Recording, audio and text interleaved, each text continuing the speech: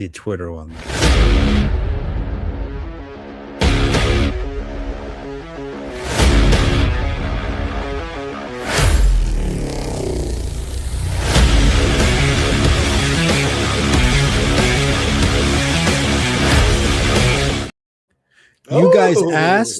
You guys asked, and you shall receive. Today, hey, guess what? We're talking Dynasty, baby. Dynasty is everybody's favorite league. It's not my favorite league, but it's everybody else's favorite league. Of course, Tipp, Nicho alongside. How do you guys feel about it? I love Dynasty. I think you're right. I mean, it's fun. It adds a whole another element to the game where it can make it a year-round thing. And that's, for me, what makes it fun. You can always talk trades. You can always talk draft picks. It's what makes it really fun for me. Yeah, I love Dynasty. I think, at the end of the day, I love being in multiple different types of leagues, right? That way you get a flavor, of redraft, you get a flavor of Dynasty, but, there is something really fun about a Dynasty league, and I'm excited to get into it with you gentlemen. Yeah, because we're going to be taking a break, of course, from the redraft, this or that, and all that good stuff, which, of course, I really enjoy. And I think it really also adds an element of what to do when you're in the redraft process. But today we're going to be talking about our Dynasty stuff, like the strategies, different segments, superstars, the bust, the people that you want, the losers, including myself, and all that good stuff. But of course, we're going to be discussing different draft strategies, what mistakes people make, why you want to make those type of moves, strategies, maneuvers, and all that good stuff. But of course, we're going to kick it off with some news and notes. Nicho, this one's going to be up to you.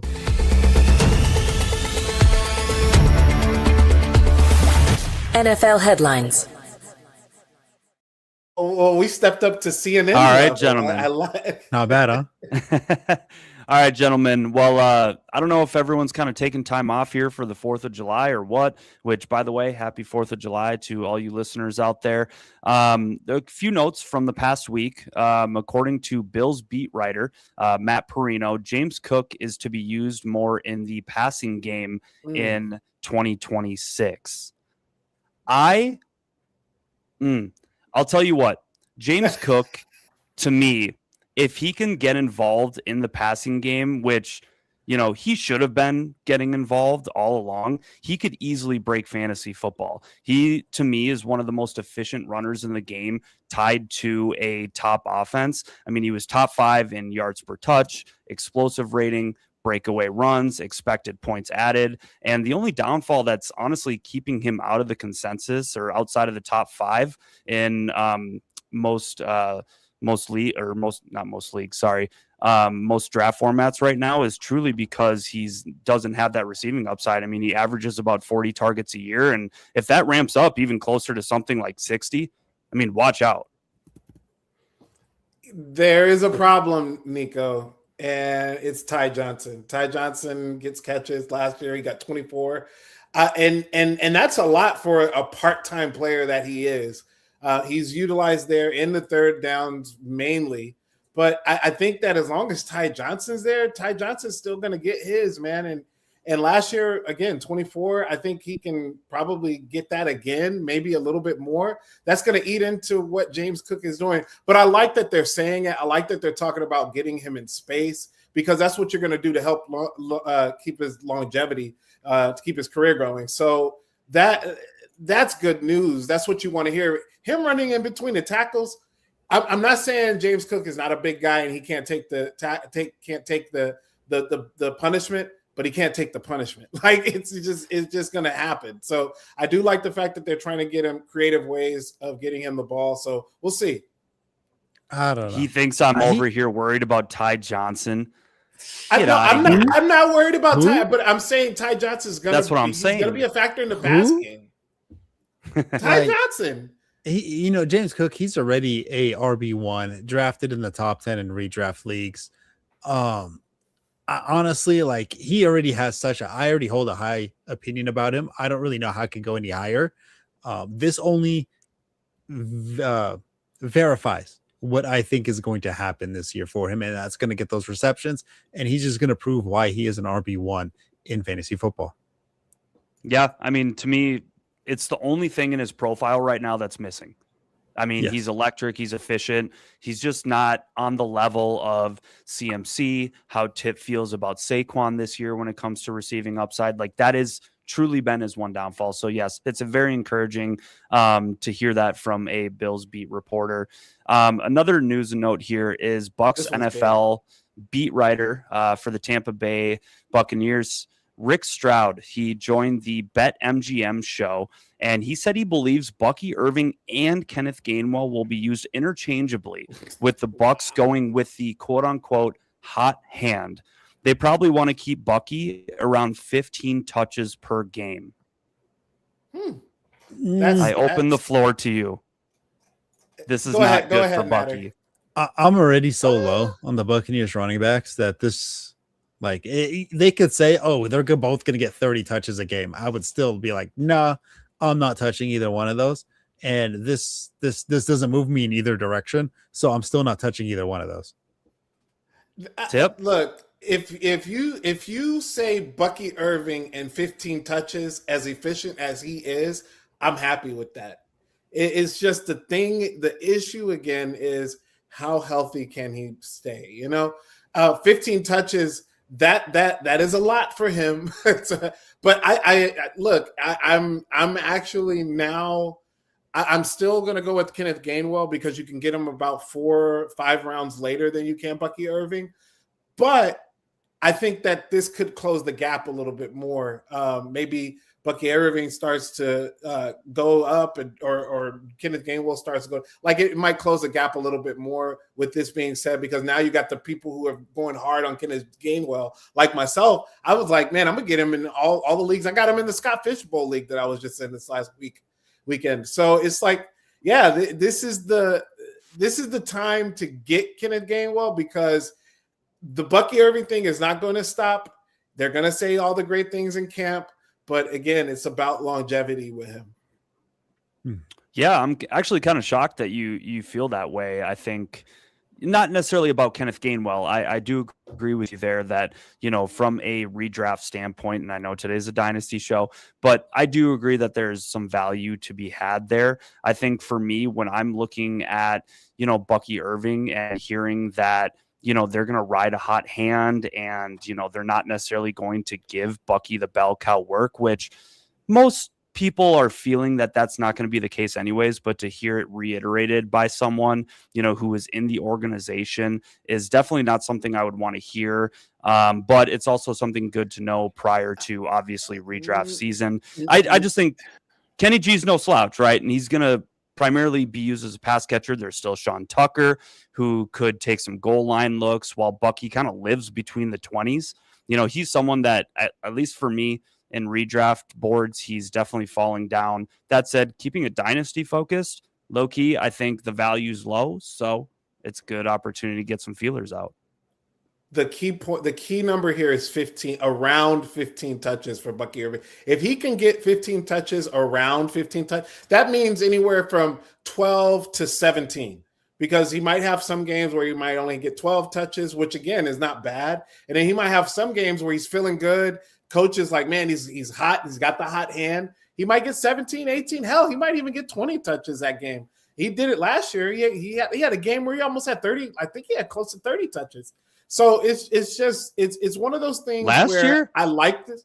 Last year, yeah, I believe so. Yeah, he had one game. Let's go fact check it. I'll check 17. So obviously there was early on Bucky, right? Like until the injury happened. 2 different Buckies. There was a game where he had 25 carries and 4 receptions on 4 targets. So close to but that was 30, pre. So 30. Right, that was kind of pre-injury, but once he got back, yeah, he had a game with no, Tipp's right. There was 26 attempts in week 18 when we don't care about everyone was done playing fantasy football anyway. Yeah, we don't care about that one. Hey, but he did it for those week 18ers out there. They did it, man. I mean, Zay Flowers, week 18. God. I think this is not bad news for Bucky, man. I think it hurts Kenneth a little bit, Kenneth Gainwell just a little bit, but he's been making so much noise in offseason OTAs and stuff.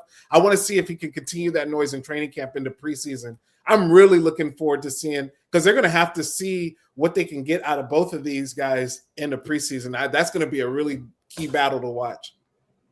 Yeah, definitely going to have to agree. But I'm letting you guys know that if you draft either one of them, you automatically lost your fantasy league. But dynasty strategies in general, what it means, why you believe it or don't, commonly made mistakes. And of course, you got to give me an example. You can't just say, you got to give me an example. Show me the proof in the pudding. Nicho, I'm starting off with you. Say that again. Sorry. This guy, not locked in. Sorry, guys. Not locked. Tipp. Well, he lost his turn. He lost his turn. He lost his turn. Give me a shot, coach. Give me a shot. Go sit in the quiet corner with your dunce hat on. Left bench. That's where you're at right now. God.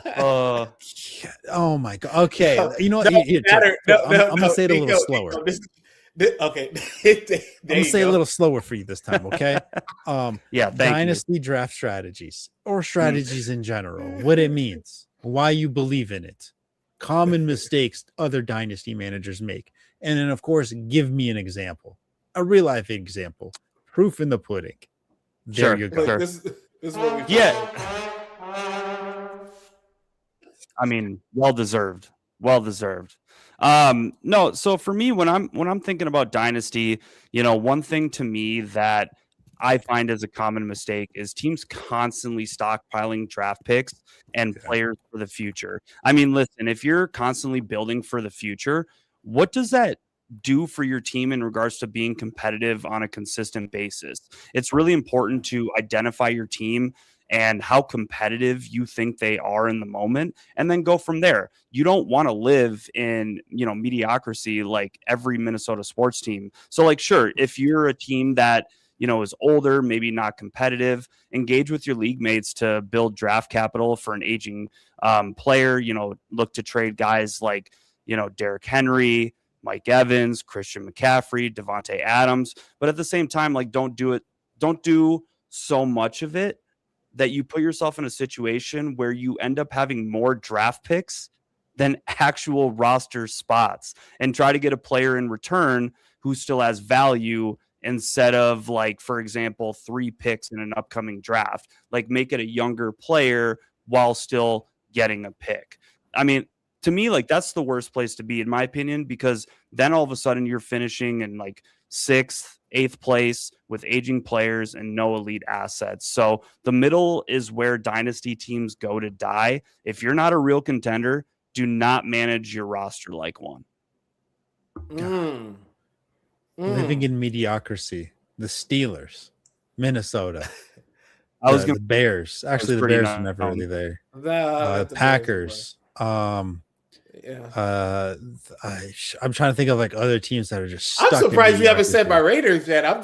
They've nenever reached mediocrity. I'm shocked. Oh damn! They haven't even reached mediocrity. No, come on! Like, really? Like, where?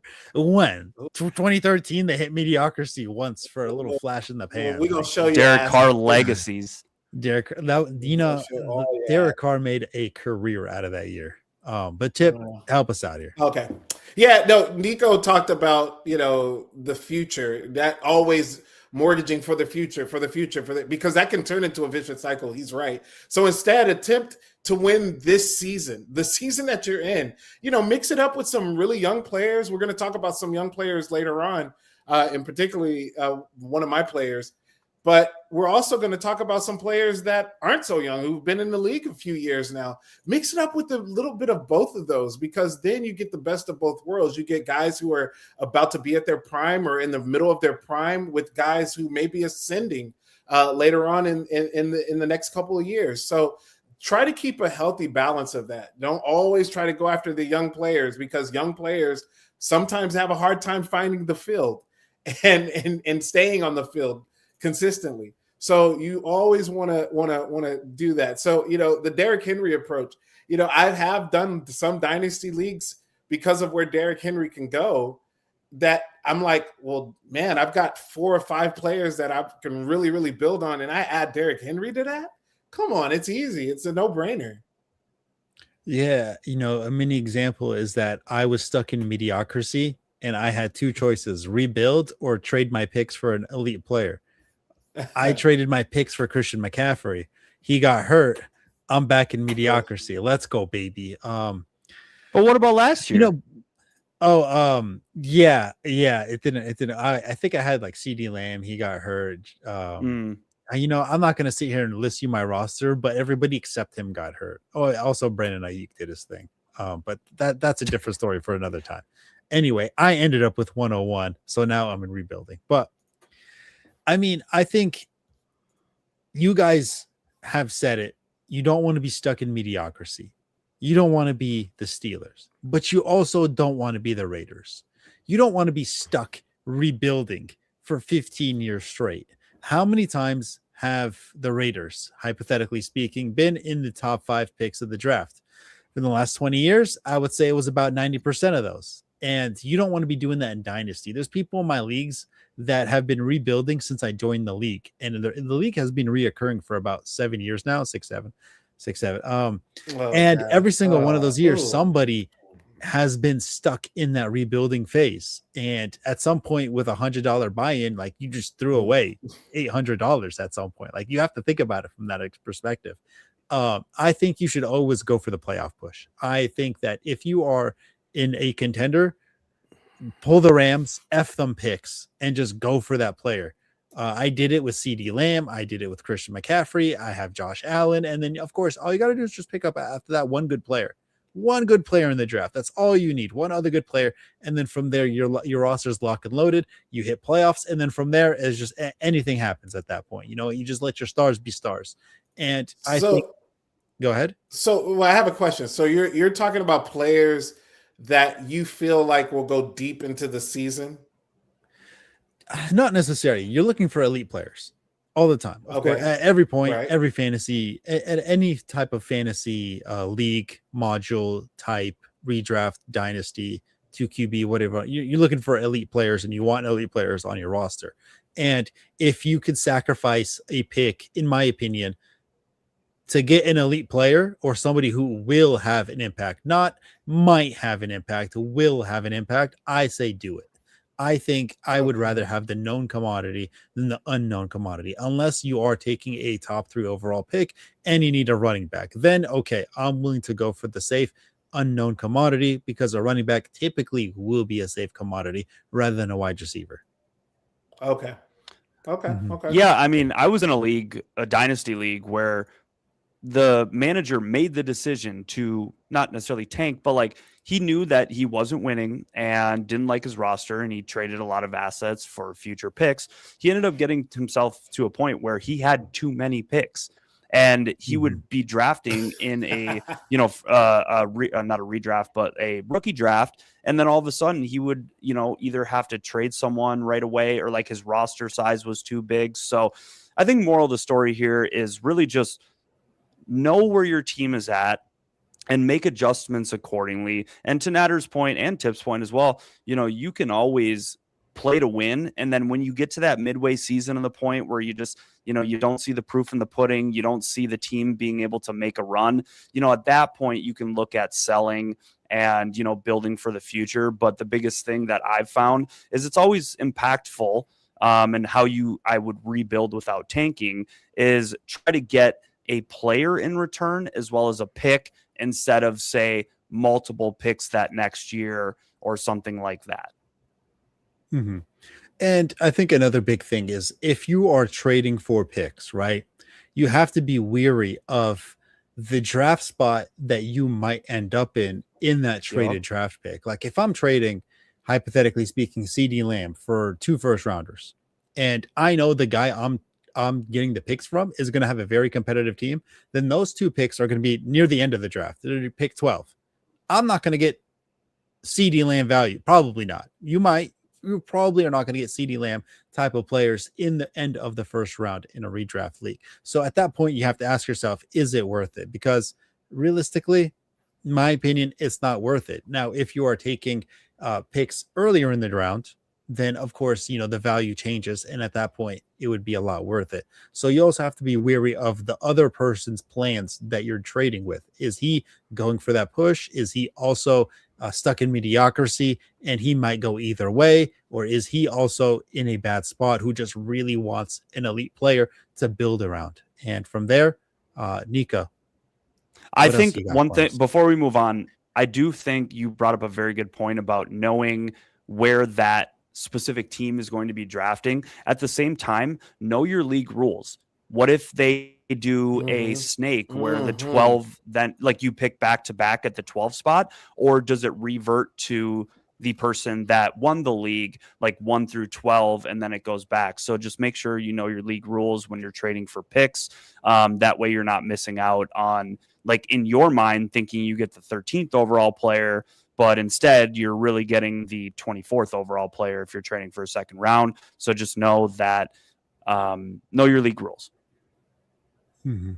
Hell There yeah. we go. Guys, you hear that? Oh, not Train. the hype train. It's the dynasty train, guys. And we're gonna keep the dynasty train rolling. And Berg, first, you better look. We're on the show. Nico, Nader, myself, we're on the show right now. We put a lot of work, a lot of content into this. You've seen the intros, you've seen some of the work that we did, the sound bites, things like that. Please like and subscribe to the show. I mean, we put a lot of work into it. We appreciate you guys for listening in. Last week, I think we had over 121 views. It's growing. We appreciate all you guys. So, man, look, check us out on all of our YouTube channels, our Twitter accounts, all of it. So just go to our Twitter account, go to our LinkedIn tree, and you can see all of our links from there. So again, going back to the show, we're going to be talking about some dynasty winners, some superstars. We're going to be talking about some sleepers. And then, of course, we got to talk about those losers as well. So we're going to talk a little about that. We're going to get a player for each one of those spots, starting with Nico. Who is your dynasty superstar? Now, we got a new sound bite. We're going to try this one, not for each one of them, but we're going to try this one for the superstar. Here we go.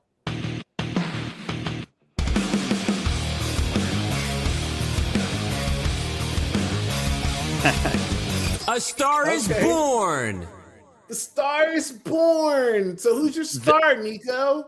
I mean, this dude's already been a star, but now he is a dynasty superstar, and that is Jalen Waddle. He is a massive winner for me. The Broncos were first in the NFL last season in pass attempts. Yes, even more than the Cowboys and Rams. And Waddle, to me, is a clear-cut number one wide receiver. They traded for Waddle in the offseason from the Dolphins. And honestly, like, Sutton's going to be 31 years old this season. He's currently 32.7 years old. And his opportunity and production have dipped. I mean, he was 85th in separation, 35th in yards per route run, and first downs per route run. And although he's not sharp, not sharp like he once used to be. And although, like, you know, Sutton specifically, still, he was fourth in the NFL last year in routes run. He still only had a 21.6% target share and a 21.1% target rate. Essentially, Sutton was the cardio king. And meanwhile, Waddle, who is 27.6 years young, I mean, he's got gas left in the tank. I mean, he's still one of the most prolific efficiency receivers in the NFL. He was 6th in first downs per route run, 10th in yards per route run, and he just left a team that was bottom 3 in pass attempts to now number 1 in the NFL with the Broncos. To me, Waddle, he is a massive winner, and if you're staring at him either in the 5th round of your redrafts, make sure you hit that draft button. And in dynasty formats, I mean, yeah, the value might be a little bit higher, but I think he's got, you know, another solid 2 to 4 years of fairly elite production. Now, I'm just going to chalk it up to our crack team. You know, they dropped the ball on not getting us a sleeper, so I'm just going to make a snoring sound. All right, Nico, who is your sleeper? I love this one, by the way. Listen, I love this I one. I will admit the fantasy community is warming up to this guy warmer than anyone I've seen on my Twitter feed. But from a dynasty standpoint specifically, I want to talk about Jonathan Brooks. His current ADP in redraft is sitting around 10th, 11th round. And at that point in your draft, you need to be prioritizing upside. And that's what this guy is. And from a dynasty standpoint, he's 22.9 years young. He's a former second round pick, which was 46th overall. The guy ahead of him, Chuba Hubbard is one of the least efficient running backs in the league. In 2025, Hubbard was 48th in explosive rating, 50th in true yards per carry, and 100th in EPA. Like, no offense, because honestly, all NFL players are way more athletically gifted than I will ever be. But like, this guy sucks. And when he was a reliable fantasy option, he just straight up thrived on opportunity, even though his efficiency was terrible, and he has no upside. He was beaten out by Rico Dowdle last year, and Brooks should certainly have an opportunity to take over. He's been participating in OTAs. He's been receiving praise from head coach Dave Canales, said he looks great in both the run and receiving game, and profiles as a 3-down back. That's all things that we love from the fantasy football community, is receiving upside and bell cow usage.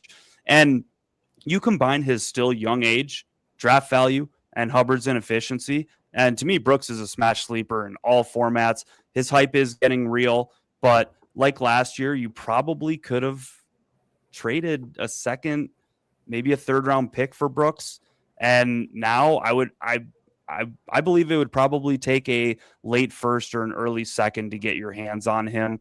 And that's what I meant earlier in the show when I was discussing like realizing buy low spots, on guys like this, because honestly, the sky's the limit for him. As long as he stays healthy and doesn't tear his ACL for a third time, he's going to be a sleeper that's going to be wide awake.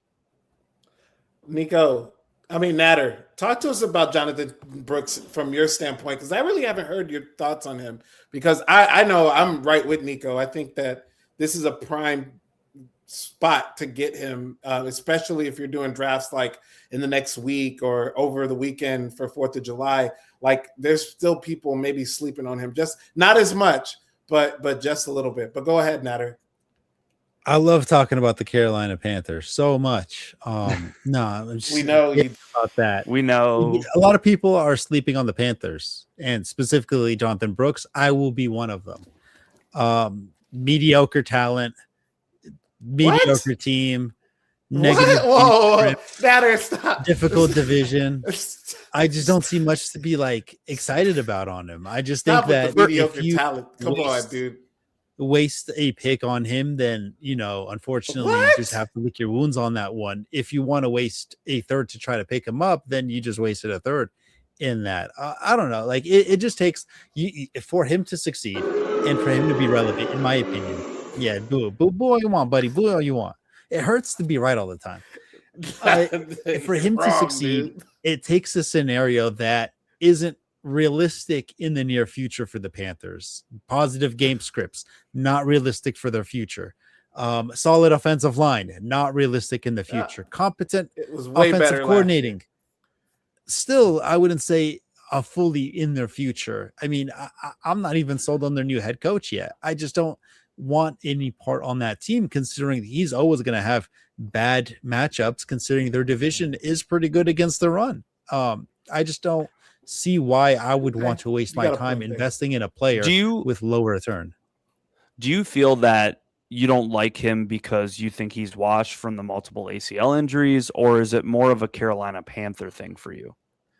Yeah, that is mostly the Panthers. 2 ACL tears isn't ideal either. It's always going to be on my mind when I'm looking at a dynasty. I'd be more interested in him in a redraft setting, but dynasty 2 ACLs, same leg, I believe it is. He's not Frank Gore. It's not going to happen for him. Well, from a fantasy standpoint, Carolina Panthers fans keep pounding. From a reality standpoint, I could care less. But no, like Nader, I just don't understand. Like, Jonathan Brooks is all worldly talented, dude. It's just he had ACL, he had the ACL tears. Like the dude is bad, bro. Literally. No, I think if you really look back at what the Carolina Panthers did last year, from the year before that, specifically on the defensive side too, because the year before that they were about to give up like over 500 points from the defensive side. They improved that. I think they're going to find themselves in a little bit more positive game scripts than we think, just because they play a slower paced game, slow, methodical type game, which is going to favor Jonathan Brooks. And look, if the dude gets his speed back that we know he has, or he had, I don't know which word to use on that one, but if he gets back to that speed, ooh, he could take the top off Nader. I think where you have to look at it too, where you're getting him. It's not like you're getting a 6th round pick or an 8th round pick. Like you're getting him like 9, 10, 11. Like you're getting him in those rounds, and that him being like your 4th running back, man, that's beautiful. We're talking about dynasty, right? He's going in the 9th round in a dynasty league. Well, when I brought it up, I was talking about 9th, 10th round in redrafts, but I took it right over to a dynasty standpoint, going into basically how he's still only almost 23 years old. Like, I know most running backs, like that cliff for dynasty, you're usually looking at about, 29 years old. Henry is really the one running back right now that is defining the odds. Like, at the end of the day, he's still young. And for me, it's really it's more of a fade of Chuba Hubbard. And the fact that he lost his starting position to Rico Dowdle last year. And I just think the opportunity is there for him to start the season in a timeshare.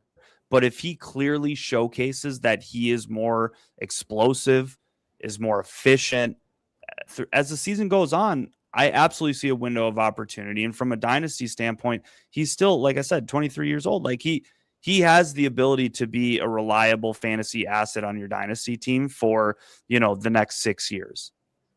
I'm looking at some dynasty rankings that were just updated today, and I want you guys to guess where Jonathan Brooks is. What number in the running back? What number running back do they have him ranked?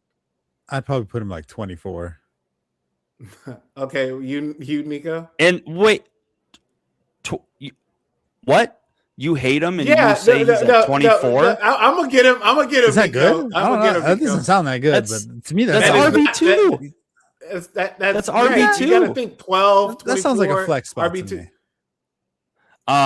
No. I would probably have him, I would say high 20s, low 30s. He's 36, guys. God damn. Like I think what it is the injuries. The injuries is concerning him. Maybe Nader's onto something as far as him being on the Carolina Panthers. Chuba Hubbard.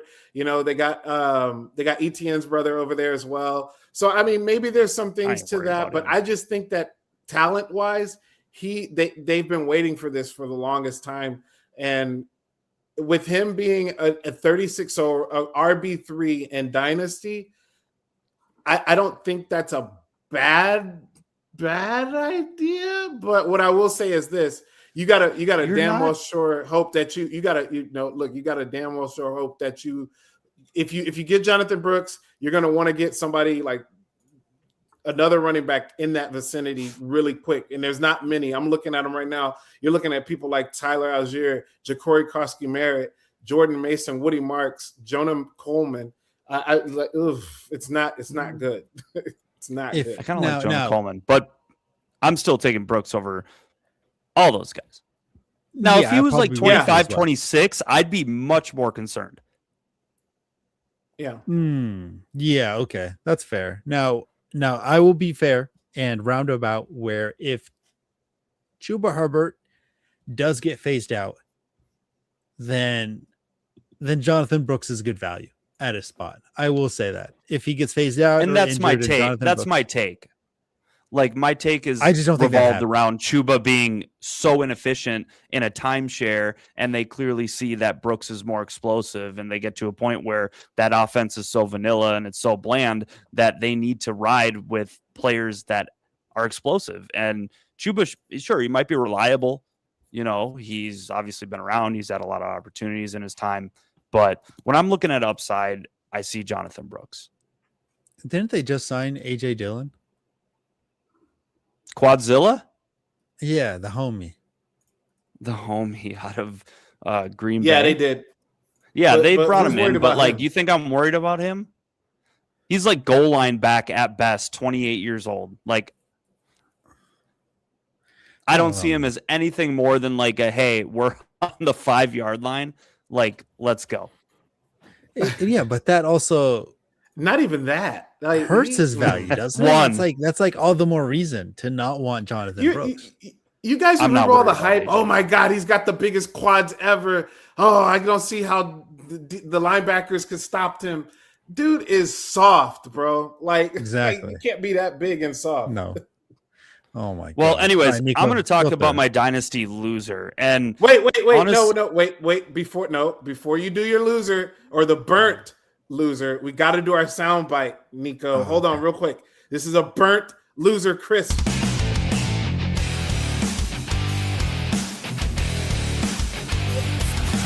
Burnt to a crisp. Burnt to a crisp. All right, who is it? Because I think he is crispy. No, I mean, this guy, he's just a loser all around. Bad offense, wow. bad QB situation, and he himself is bad. And that would be Jerry Jeudy. Jerry Jeudy was a former first-round pick in 2020 out of Bama. He was 82nd in first downs per route run, 88th in yards per route run, 90th in separation, 66th in explosive rating last season. And I realized that a lot of it had to do with bad QB play, but he's now entering his 27.2 age, and the Browns drafted Denzel Boston, Casey Concepcion, while still having Fannin, who was awesome in his rookie season. Like, this guy's going to be taking a back seat. He's going to be more irrelevant than he ever was, and he has been irrelevant for most of his career. And I mean, at the end of the day, I just view his dynasty stock tanking to a point where there's nothing you can do with him besides hold and pray, because it's at an all-time low. I mean, his best season was in 2024, and it was a wide receiver 15 season. Like, I just don't see any value with him anymore. Obviously, being a former first-round pick, being in your mid-20s, there was certainly some, I guess, optimism that he may turn it around if he got traded to the right environment. But I mean, at this point, the writing's on the wall. They drafted 2 good wide receivers. I feel Boston and Concepcion are both very solid while still having Fannin. I don't see any opportunity for Jerry Jeudy to be successful in a dynasty format anymore. And if you have him, honestly, good luck. Like, maybe pray that he has a couple monster weeks and then try to trade him. No, wait, Nader, can I have a request? We need to put a note God. to the side. If you have a post-it note or something to the side, we need a hallelujah drop as well, because Nico just said pray twice. So we need to have like whenever we pray to something, we need to have that hallelujah. We got to have that. We Who need needs that. a soundbite when we got you? Yeah, no. No. I can't. I'll make a I note. can't do that the whole time. No, because during the season we're going to be saying that a lot. That's what I'm saying. You're gonna pray. You're gonna need this for this week or whatever. God. Tipp, by the way, the dreads are looking fire today, man. Oh, dude, thank you, man. I decided to let the hair down a little bit. I was like, man, it's about to be Thursday. I'm off on Friday. We got 4th of July. Like, come on, man. Happy 4th of July to everyone, by the way. So yeah, man. Like, I'm excited, dude. I'm excited for the weekend. There we go. Let's hear about And your the Fantasy superstar. Football Expo is coming up soon. But anyway, go ahead. Let's Tipp, hear about you're your up. superstar. My superstar, Emeka Ebukwa. Look, I truly feel like this could be the year for him, and it's starting right now, guys. Going into year 2, he has wide receiver 2 upside. I think that he could probably finish inside the top 7 after the season is over with. And this is why it's how I think he could do it. First month of his rookie, look at what he did. He looked like an absolute stud out there. Then he got tired legs, right? And then he hit that rookie wall. Well, what did he go out and do this offseason? He went and started working out. First of all, he rested his legs. So he did that, which he needed to do. So he rested his legs. And then to the point where he started to train, he went into different types of workouts that was going to not only help his strengthen his legs and his muscles, his core muscles, but also help him from not getting fatigued so he can last the whole season. Now, you know that there's no more Mike Evans. Baker Mayfield is looking for some more money. So this is going to be the year that Baker Mayfield balls out again. I'm all in on Baker Mayfield. I'm all in on Emeka Egbuka as well. I think he's going to be a stud this year. Now, you got to worry about Chris Godwin. You got to worry about Bucky Irving, Kenneth Gainwell. There are some other mouths to feed. But I think when it's all said and done, Baker Mayfield does like to lock in on that primary receiver. And I did hear that they are going to be utilizing him as a primary receiver in the as an X receiver. So that's going to be something that's going to be good for him, and that's going to also just leave space open for Kate Otten and for Chris Godwin as well. So that's going to be nice. I think him staying in one spot, not moving him around too much, that's going to benefit him. To the moon. So, yeah, what's going to stop him from not having a mental breakdown? Not mental breakdown. An actual breakdown, like he did last year. It's the fatigue. And look, it happens, I think, to a lot of players, especially their rookie season. They're not used to playing that many games against that type of competition. You know, of course, the competition gets better as you go, but this is the pros, man. This is a different level. And we saw him come out, when he came out the gates, came out like a bat out of hell. The dude was like just averaging, I think he averaged close to 20 points in those 5 games, or not, if right at 20 points in those 5 games. I mean, that's elite category. Now, he couldn't sustain it for the whole season, but I think if you can get from him, I think if you could get anywhere from 12 to 17 points, 18 points per game, which I think you can get from him, that's what you're looking for. You're looking for blow up games too, which you will get those because he's a wide receiver, a number 1 wide receiver on a really good offense. But man, if you can get that sweet spot of that wide receiver 2 love, and he can actually be turned into a wide receiver 1, man, sky's the limit for him. God, you know, I really do like him. I think he's good. I'm a little skeptical though. It's like, I want to see you do it for a whole year. Now, dynasty wise, it's too late for you to grab him. If you don't have him, good luck. You don't have him. His price is probably more than, honestly, his price is not a hot take artist here, but it should be close to Jamar Chase. I think it's higher than Justin Jefferson now. Oh, wait, in Dynasty? Dynasty, yeah. No, I'm looking at it right now. He's number 12. So he's a wide receiver 1. To acquire him. If I want to trade Nicho for him, I'm probably having to play Justin Jefferson prices, if not more, in order to snag Egbuka. If you offer me Justin Jefferson for my Emeka Egbuka, I would smash accept that. Yeah. You're a Vikings fan. That doesn't count. No, listen. I am not biased towards my Vikings. How many times on this show have I talked about how high I am on basically every team in the NFC North? Like literally besides my team. I try to be, but I just think, you know, if you're talking about Jefferson specifically, like, you know, he's still young enough. He's still in his prime. Like, you know, I think Buka still has a lot to show in regards to getting on that level. But from a dynasty standpoint, like Tipp was saying, you know, I mean, sky's the limit for the kid. Mike Evans out of town. You know, there's a lot to be excited about there for his upside. And yeah, I'll have to pick. And look, for what it's worth, he is in Dynasty right now. So this is like if you're doing a Dynasty startup, he's 22, which right on the cusp of second round, leading into the almost right in the middle of the second, third round. I think that if you can partner him up with a good running back like Ashton Genty, Saquon Barkley would be really nice. Well, maybe not so much in Dynasty, but if you could partner him up with one of these other running backs, Amarian Hampton's, maybe not.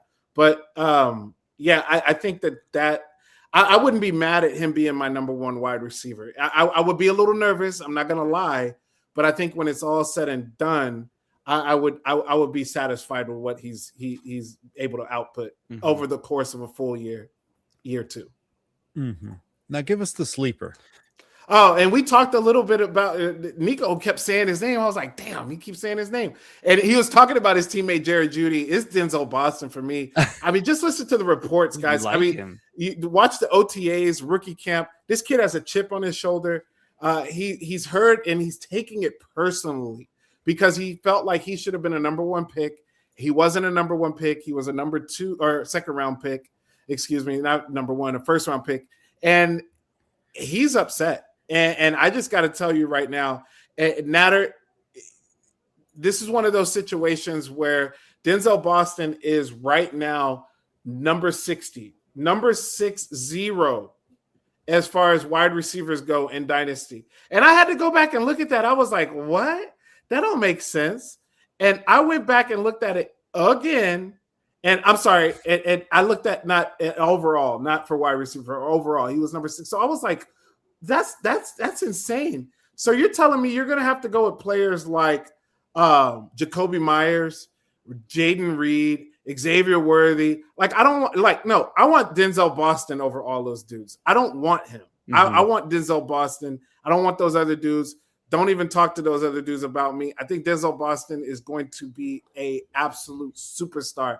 I don't see anything less than 8 touchdowns from this kid in year 1. Wait, Whoa. what? Yeah. Whoa. Do you That's know what team he's bold. on? I don't see They might not anything have 8 less than- touchdowns all season. I don't see less than 8 touchdowns from him in year 1. He's on the Browns. I just want you to know this. I know who he's on. I know what Do team you know he's on. Do you know who's his quarterback? Well, it's going to be Deshaun Watson, but we right now there is a And you competition still going think on. it's going to be 8? I still think so. Okay, I buddy. still All right. think You so, know what? man. Go to your loser. and it's funny. It's funny. Nico talked about him too. Jonah Coleman. He said, I like Jonah Coleman. I like Jonah Coleman too, Nico. I really do. I really, really like him. I just don't like Sean Payton. And I'm just going to continue to say it till I'm blue in the face, purple in the face, whatever you want to call it. Sean Payton with these running backs while he's been in Denver has been atrocious. RJ Harvey gave us a little bit of glimpse of light last year, and RJ Harvey's still there. Then they went ahead and they re-signed J.K. Dobbins. Like, who's going to trust this? I don't know who to trust. I don't know what to trust when it comes to Sean Payton. They're not going to run the ball 40 times a game. They might give the ball to RJ Harvey in the pass game. That's going to be nice. But I just don't know who to trust in this situation. So I think right now Jonah Coleman is a little bit of a loser / burnt to a crisp. All right, Nader. Yeah. Wait. Hold on. I want to say something about year 2. Yes, really please, quick. yes, because you're so We high on talked Jonah about Coleman. No. We talked about both of these players back when we were on Spaces on Twitter. And Denzel Boston, I mean, he's kind of like your Drake London, like, oh, get it kind of guy. I'm not saying he's Drake London. Don't put any words in my mouth, Nader. I know you're probably thinking like he ain't Drake London, but like he has the ability to That's not like a go up and compliment. get it like London. He's kind of like your highlight reel. Like you actually don't like London touchdowns. That's quite a bold prediction, but I love it. And Jonah Coleman, I just personally liked him coming out of college because he had a lot of receiving upside. I was kind of hoping that he would land with Seattle, but they ended up going with Price. But at the same time, it's not like Dobbins is on like a massive contract. And I don't necessarily feel that RJ Harvey is a guy that's going to take bell cow type of work. I'm not saying Coleman's going to be that guy in the future, but in a dynasty, I'm more willing to, take a shot on him, put him on the taxi squad, and just let him hang out there, for a year or two. And maybe, once Dobbins inevitably gets hurt and or is no longer with the Broncos, maybe he gets a look.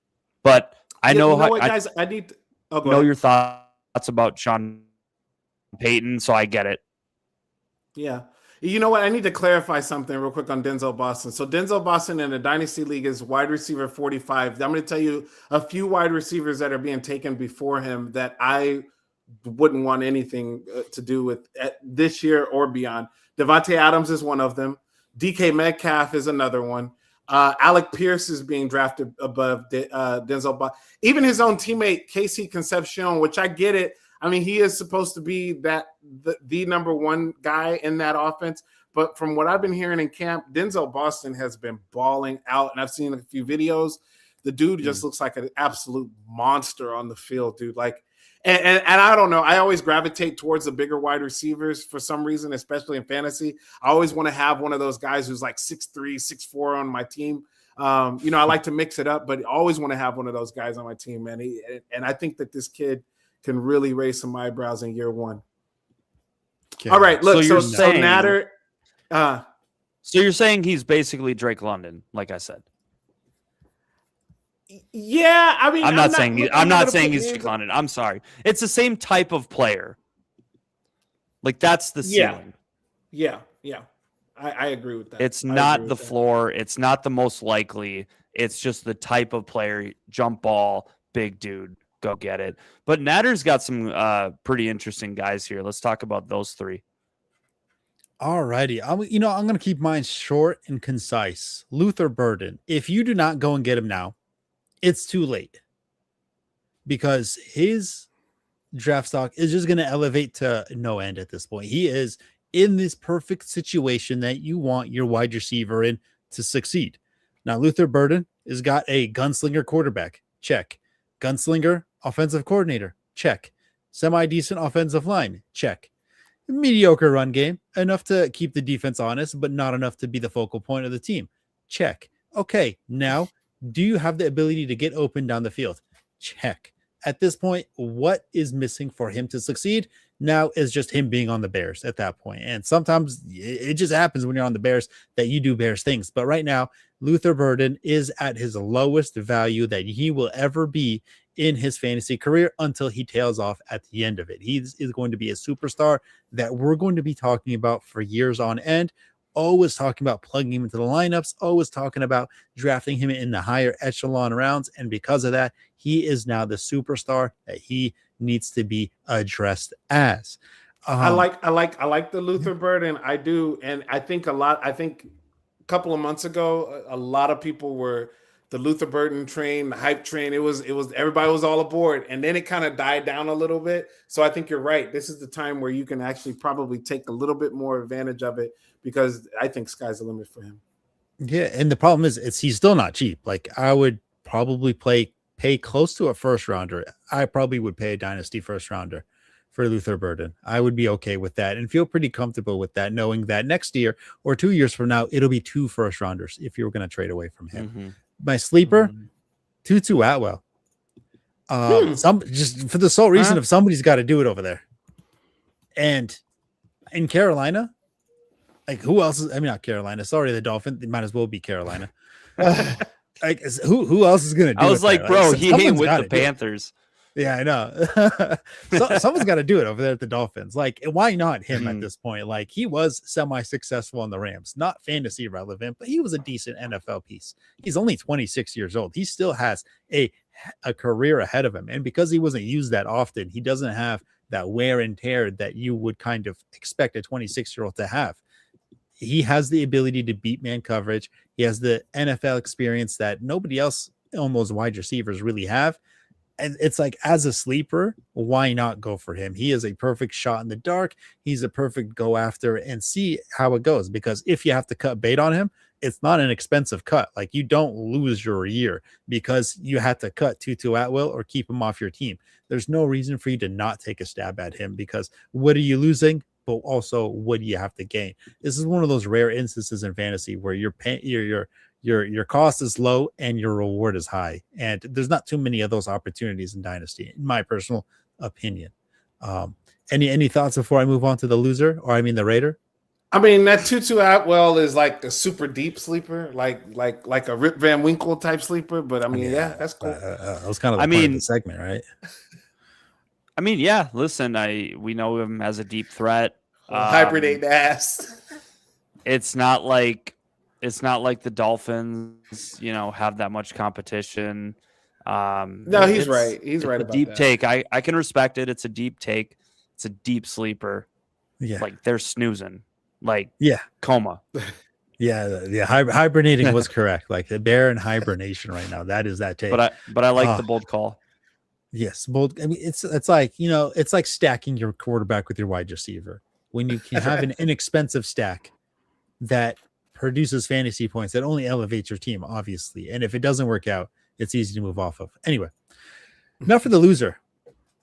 It's Garrett Wilson. I can't stand him. And I almost debated making Drake London the loser, but you know what? The problem is he still has a lot of value. So I can't do that. I could only do that if I wanted to be funny or troll. But right now, Garrett Wilson, to me, he's just a loser. I mean, bad offensive line, bad team, tough division. I mean, the Dolphins is going to be the easiest matchup. And they're still no slouch of a defense. They didn't like really get bad on defense. It was just their offense that went disastrous.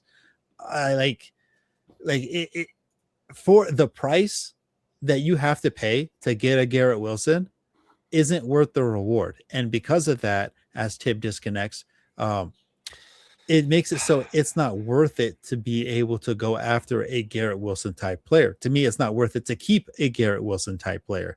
And for that, you always have to ask yourself for what and for why. And Garrett Wilson always ends up in that category of for why am I keeping him? For what is there to gain? And like Tutu Atwell, where there's little to lose, a lot to gain, he is low to gain, a lot to lose. And because of that, I don't see a reason for him to be on your fantasy team.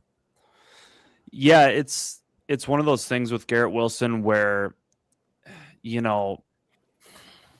Geno, although there's some level, I don't want to say excitement, I think it's more optimism is probably the right word here, that, Geno can be serviceable and give Garrett Wilson a safe floor. At the end of the day, the ceiling is still going to be capped with Garrett Wilson. And, based on what your expectations were for him, when you drafted him, 4 years ago in your dynasty draft, or I guess whenever you started it, like, he hasn't produced any like top 10 type of wide receiver rankings for the year. So I get it. I like it. But it's not like he's the biggest loser. He's just kind of like, he's just a loser. Vanilla. He's the biggest loser. He's just a loser. He's vanilla. He's meh. Yeah, but vanilla is going to get you 1,100 yards and 4 to 6 touchdowns. I that's cool with me. Like, it's the price you paid, not getting the value. I think his price over the last couple of years has gone down, and you've got some new blood coming in. Boston, we just talked about. You got the kid Tyson, Carnell Tate. You got some new blood coming in. Are you advocating for me? I think people might forget about Garrett Wilson a little bit, and then he plays for the Jets. That's whole situation, and I think that you can sneak in and be like, oh, you'll be in your drafts and be like, oh, damn, he just picked up Garrett Wilson. That happened to me in the Scott Fish Bowl. I picked up Garrett Wilson in like the fifth round as my.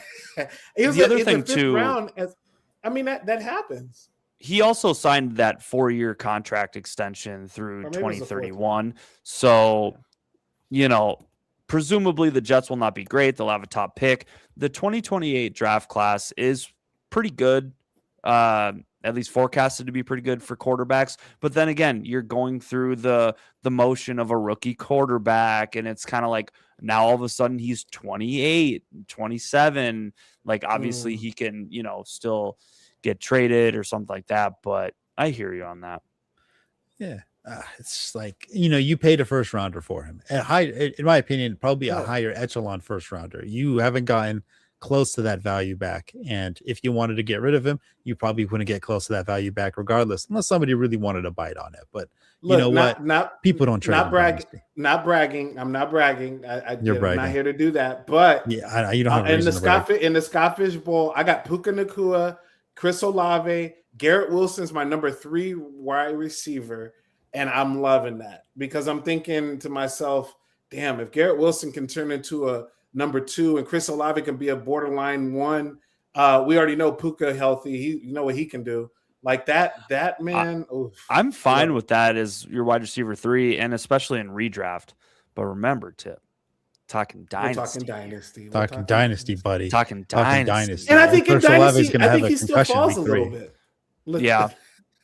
I worry that me he's see. all of a sudden we blink and he's 27 years old and he's got a Yeah, rookie he's or a still second year quarterback that the Jets draft inevitably when they have a top pick. And then all of a sudden it's like, what happened to his, 7-year career at that point? Wait, So no, anyways, Garrett Wilson's 25. correct. But I'm saying like after Oh, this you're talking about in a season- couple of years. Yeah, as far as this year we're talking dynasty. As far as this Dynasty, year buddy. goes, like I think there is a safe floor with Geno. Well, here, let me throw this at you real quick. Because right now, Garrett Wilson in Dynasty is 14. He's ranked number 14. So that's just right outside of number 1 or wide receiver 1 territory, right? So catch him. my thing is this. Maybe next year it drops down a little bit to like the 20s because you got some of these new guys coming up. Luther Burden's there, Jordan Tyson, AJ Brown is below him right now. AJ Brown can have He's a good 29. year, even though he's 29. You've got Brian Thomas Jr. He's 23. He can have a good year this year. Like you got some of these wide receivers that can kind of pull their weight up, and then Garrett Wilson falls down a little bit. And I think maybe next year might be the sweet spot year for him. So you agree with me that he's a Never loser? mind. I agree that I don't agree he's a loser. No, He's a loser because I still think he's going to have a better year than Devonta Smith. But definitely not. I know, and that's what we talked about last week, and we're going to bring that back because this or that segments are fun. So, but anyway, I'm not going to say he's a loser yet. Nope.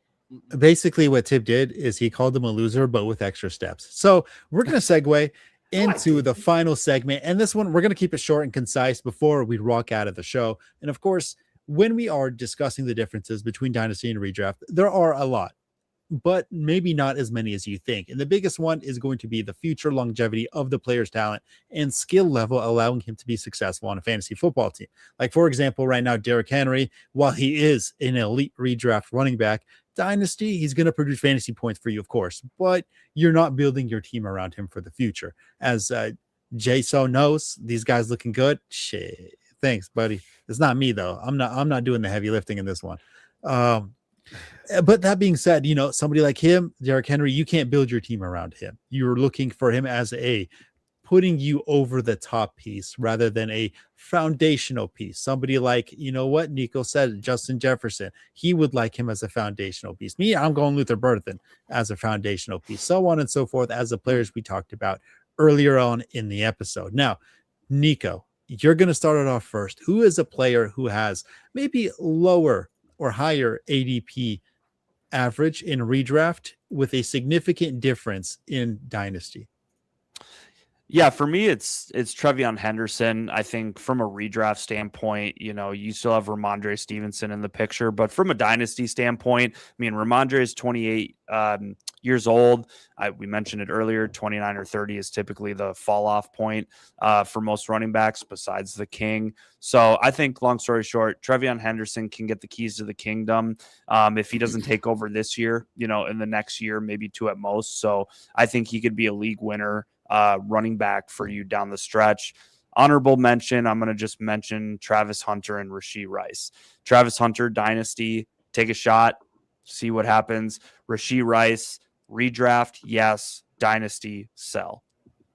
There we go. Tipp, give us a player.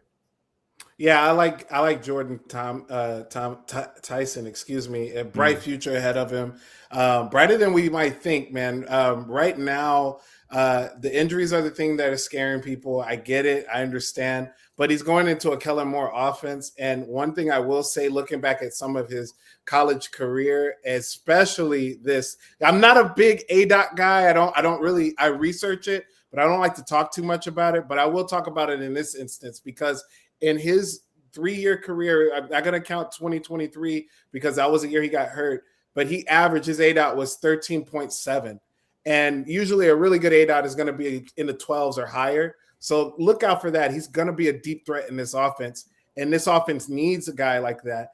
And Jordan Tyson, I don't know why I want to call him Thomas, but Jordan Tyson, he will he will emerge on this offense to be a piece that they need with Tyler Shuck, the way he throws the ball, the way he can zip the ball. I think that this is going to be a very key piece for this team.